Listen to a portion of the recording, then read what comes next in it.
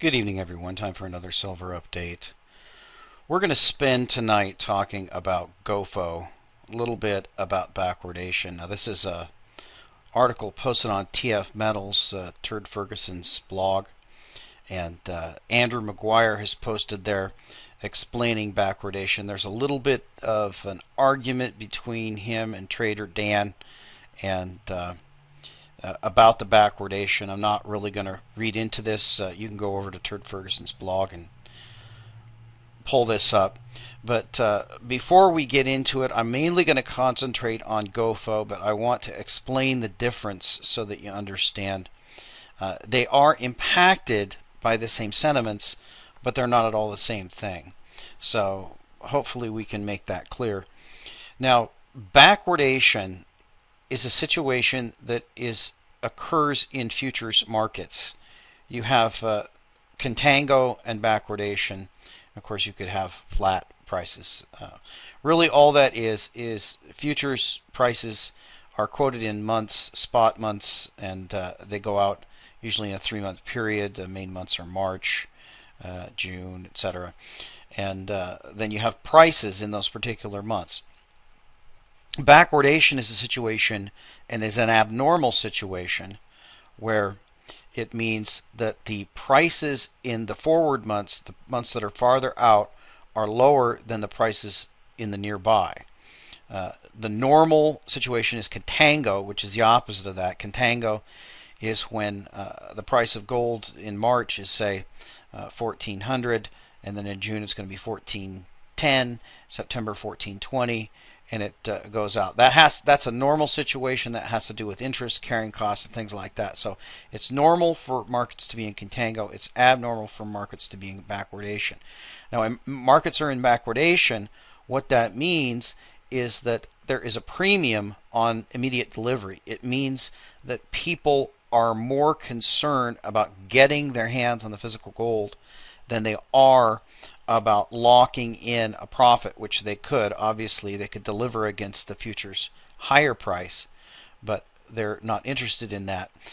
So if you think about it, let's say you're looking at a futures market right now, and you decide you want to buy, a lot, say, of 100 ounces of gold, and you look out and you see that in June it's quoted at 1400, and then September 1380, and then December 1360 or whatever. So it's in a normal contango, and you would decide, well, I could buy it now at the current spot, but I could also pay less and get it for cheaper and just wait to take delivery. Now, the risk that you're taking by taking that cheaper price is that there might be a default. And so that's going to be the worry. Obviously, you're locked in, so you don't really need to worry about price fluctuations, but you're concerned about whether or not you're going to get your metal. So when you see the market in backwardation, that means that the participants are more concerned about getting their hands on their metal than they are about getting a cheaper price or arbitraging some profit. That means that is a rush towards physical. Now, GOFO, this is the gold forward offered rate. This is completely different. This is an interest rate, and sometimes the two get confused. This has to do with the leasing of bullion and the interest rate offered on that, and the fluctuations in that interest rate, and specifically against LIBOR. That's what we're going to dig into and look at here. So I wanted you to understand that distinction of the difference between backwardation and GOFO. They're two totally separate things. One is a price situation in the futures market. Another one is a leasing rate, an interest rate for leasing. But both of those are affected by a perception that the physical may be at risk of being delivered. So let's go and look first at this Mike Maloney video. This is a very interesting video where he's talking about a smoking gun on the COMEX, and he's doing a comparison here. I'll let him explain it, and then I'll talk about why I'm referencing this percentage, but it's huge. the amount of gold that has left the vaults. And a few days ago, I just mentioned that a good way to prove whether this is price action or not, causing the gold to leave the vaults, if it's just too cheap, is to just basically do the same chart with the COMEX silver inventories and SLV, the exchange traded fund for silver, and see if silver is also leaving the vaults. And when I did that, we come up with silver rising in both instances. At COMEX and on SLV, the inventories of silver are becoming greater, where the inventories of gold are falling off of a cliff. So there's some huge fundamental difference between the gold buyers and the silver buyers. So I believe that this is a smoking gun that supports Grant's thesis that it's a central bank short squeeze that is causing this price action and gold to leave the vaults of both the Commodities Exchange and GLD. So now the reason he's pointing this out, you need to understand that people would say, well, why isn't it happening to silver? You have to remember that silver is so tiny, as Eric Sprott recently pointed out.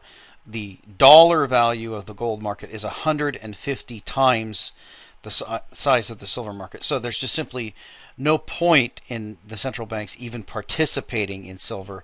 The smallest central bank in the world could buy the next 10 years worth of silver mined and it would all be gone. Nobody else could have any. So silver is not relevant in the situation, but what is relevant is that we're seeing this tremendous drawdown in the GLD and the COMEX inventories. And that does appear to indicate that there is some kind of run on the physical gold, or at least distrust that is beginning to work its way through the system. So I wanted to jump over to the GOFO and dig deeper into that so that you can understand how that works. It's a very fishy thing, and we'll see that it's just as fishy as LIBOR. In fact, the two are connected. So this is from the lbma.org, and this is an explanation of GOFO. GOFO is Gold Forward Offered Rates. GOFO stands for Gold Forward Offered Rate. These are rates at which contributors are prepared to lend gold on a swap against US dollars. Now that's absolutely key. It's gold swapped against US dollars. The quotes are made for 1, 2, 3, and 6 and 12 months. Who provides the rates? The contributors are the market-making members of the LBMA, the Bank of Nova Scotia, Scotia-Macata, Barclays, Deutsche Bank, HSBC, Goldman Sachs, JP Morgan, and Societe Generale and UBS. So there's your usual cast of characters. There's the people who are colluding with the central banks. These are the bankster criminals that are rigging the markets. We've seen them in LIBOR scandal. We've seen them now in the GOFO. They're involved in the silver manipulation, and we'll see why they're doing it. When are rates quoted? The means are set at 11 a.m. London time. These are the rates shown on the LBMA website. To show derived gold lease rates, the GOFO means are subtracted from the corresponding values of LIBOR. These rates are also available on the LBMA website. So you remember the scandal with LIBOR? You remember that they were rigging LIBOR, and I did a number of videos on it at the time. The scandal was supposedly that they weren't honestly assessing things. Well, obviously LIBOR is collusion by definition. You can see that the GOFO is exactly like LIBOR. At 10:30 a.m. London time, Reuters page is cleared of all rates. Contributors then enter in their rates for all time periods. A minimum of 6 contributors must enter rates in order for the means to be calculated. At 11 a.m., the mean is established for each maturity by discarding the highest and lowest quotations in each period and averaging the remaining rates. So you can see there that GOFO is designed exactly like LIBOR. It relies on these criminal banks to collude together to establish this rate. Now, why is this important? It's important because Of course, we haven't heard much about the LIBOR scandal lately, but the whole issue is going to be, do the parties trust each other? The big parties that we have are these banks and then the central banks. And the question is there a breakdown of trust between the central banks and each other? Is there a breakdown of trust between the central banks and these banks? Is there a breakdown of trust between these banks and each other? If any of those begin to occur because we know we're looking at a musical chair situation, there aren't enough chairs for all the players, then we could see a type of panic. Now, that may be starting if we go to the LBMA site on the GOFO rates. This chart gives you, for 2013, these are your daily quotes, the daily fix that we looked at before of GOFO and LIBOR. So the way this works is the first column is the GOFO rate. That's an interest rate. You can see extremely low, and then you can do an analysis also on a type of contango, backwardation, etc. as it goes out. And it's quoted in the same as LIBOR. You've got 1, 2, 3, 6, 12 months in both LIBOR and GOFO. The last column is LIBOR minus GOFO. So this is going to be the key column you want to watch, because the normal state of affairs is for the GOFO rate to be lower than the LIBOR rate. You can see that these are negative numbers beginning in January. Not a lot, but you have to remember on a percentage basis it is a lot, because you've got basically 30 versus 20. So what changes as we go out through time is when this difference goes positive. And you can see right here on the 15th of February, this is when we crossed over from the negative LIBOR minus GOFO to a positive. At that point, the GOFO rate became higher than the LIBOR rate. And you can see as we continue down to today, here's a brief dip where they went back in March, and then they came back, positive number. And you can see now we're not just in the 0.01s, but we're actually in the 0.02s. Here's a 0.1. So that's a tenfold move from this 0.01. And you can see on May 22nd, there was actually a 0.68 quote. And then it went back down to the 0.0s. And here we are today. In July, we're doing 0.25, 0.29, 0.30. So we're sitting here now at a continuous GOFO rate over LIBOR. What does that mean? I can't say that it really means a lot. It means that the rigged rate that they're quoting for GOFO is higher than the rigged rate that they're quoting for LIBOR. At any point, that could spin out of control, but this GOFO rate going higher than LIBOR does seem to at least give an indication that there is the beginnings of distrust in this gigantic musical chairs game of paper gold. So I wanted to get into this idea of gold leasing, and to understand what's going on with the gold leasing in the first place, you need to understand that it is the central banks, supposedly, that are doing this leasing. So I'm going to read a little article here from Chris Powell at GATA, quote, on the Silver Bear Cafe, and try to go into the reasons behind that, and then I'm going to examine that to think about why they would be doing this. This is called Central Banks Don't Want Their Leased Gold Back by Chris Powell. It works this way. While central banks traditionally have said they lease gold to earn a little money on a supposedly dead asset, now think about that. Why do central banks need to earn a little money? That doesn't even make any sense. In 1998, Federal Reserve Chairman Alan Greenspan told Congress that this was not true. Central banks lease gold, Greenspan admitted, to suppress its price. He gives a quote link there. For years prior to 2000, gold leasing fueled what was called the gold carry trade. Investment houses leased gold from central banks, paying the central banks a tiny annual interest rate, usually well below the 1% of the value of the gold leased, and then sold the gold into the market and invested the proceeds in government bonds, earning perhaps 5% annually. Now, if you remember when we were looking at GOFO, that it was gold lease for dollars.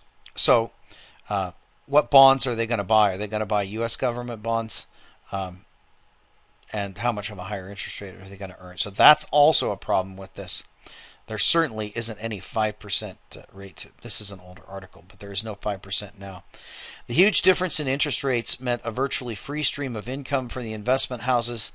Income paid by central banks as interest on government bonds purchased by the investment houses, secure as long as the investment houses could be protected against sudden rises in the price of gold. So if the price of gold rose dramatically and these investment houses owe gold back, and presumably they've leased the gold and then sold it to buy the bonds, then they're going to have to buy the gold back to repay the loan. So if the price of gold rises substantially, obviously that's going to overcome the small profit that they've made on their interest rates, and they'll take a loss. So we would expect them probably to hedge at that point and to get some type of lock-in on their price using the futures market. Gold leasing governments liked this scheme because it supported government bond prices and government currencies and kept interest rates down, below where a free market would have set them. The results were the worldwide credit-fueled boom, a vast misallocation of capital into unprofitable, unsustainable enterprises, and the worldwide bust now underway. When the price of gold reached a bottom in 1999 and turned up, threatening the investment houses that had sold leased gold, even as Western central bank gold reserves began to decline markedly, the Western European central banks, under supervision of the U.S. government, announced the Central Bank Gold Agreement. The U.S. government was not formally a signatory to the agreement, but it was announced in Washington and has been called the Washington Agreement. So it's fairly surmised that the U.S. government helped organize the agreement and had a big interest in it. The continuing support of the U.S. dollar and U.S. government bonds through gold price suppression. Gold price suppression was the essence of the strong dollar policy. The Washington Agreement was a plan of dishoarding and sale of gold reserves of the Western European central banks. So that's the explanation of the gold leasing. And I agree with Chris Powell. The central banks don't need to make a little bit of money on the gold that they hold. That's not the reason why the central banks lease gold. Obviously, the reason why the central banks lease gold is to suppress the price of gold by using the bullion banks. So the central banks lease a certain amount of gold to the bullion banks. They do it at a very, very low interest rate. And then the bullion banks, sell that gold and buy interest-bearing pieces of paper. They collect that interest rate. They make the difference between the interest rate that they owe to the central banks, and then they, in essence, have to pay them back the gold, although we don't know if those are ever collected. So the first question is, why do the central banks lease gold? Obviously, the only answer can be is that the central banks are trying to suppress the price of gold. The other issue is, why would the central banks want to suppress the price of gold if that is their main asset? And that calls into question how much gold the central banks still have. I've brought this up in some past videos that they may actually be consistent when Bernanke says that gold is a relic, it's tradition. It may be, in fact, his intent to get rid of all the gold. It may, in fact, be the intent of the Western central banks to get rid of all their gold. It certainly seems to be what they're doing when they're leasing out their gold, allowing it to be sold, suppressing the price, and we don't even know if they're asking for it back. So that's a question I don't know the answer to. Perhaps it is that the GOFO rates now are starting to rise, as Andrew McGuire has pointed out here, that the backwardation is beginning. You can't see that backwardation that he's talking about directly in the futures prices, but if you read the article, you'll see that he talks about the spot price and the actual clearing and delivery of the tons, which is not something that's seen in the COMEX, because the COMEX is just a little tiny player. So he's talking about actual backwardation in London.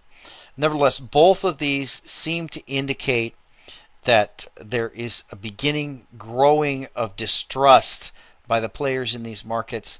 I personally believe that the Western central banks are on a suicidal mission. They have pretty much agreed to dishoard their gold, and probably when it's game over, they're going to reveal an empty vault, and we're going to find out that all of the gold has either flowed to the east or has flowed to private hands, and that the central banks of the Western world have betrayed their citizens, and they have bankrupted their nations, and I wouldn't want to be a central banker when that comes out. And we'll talk to you next time.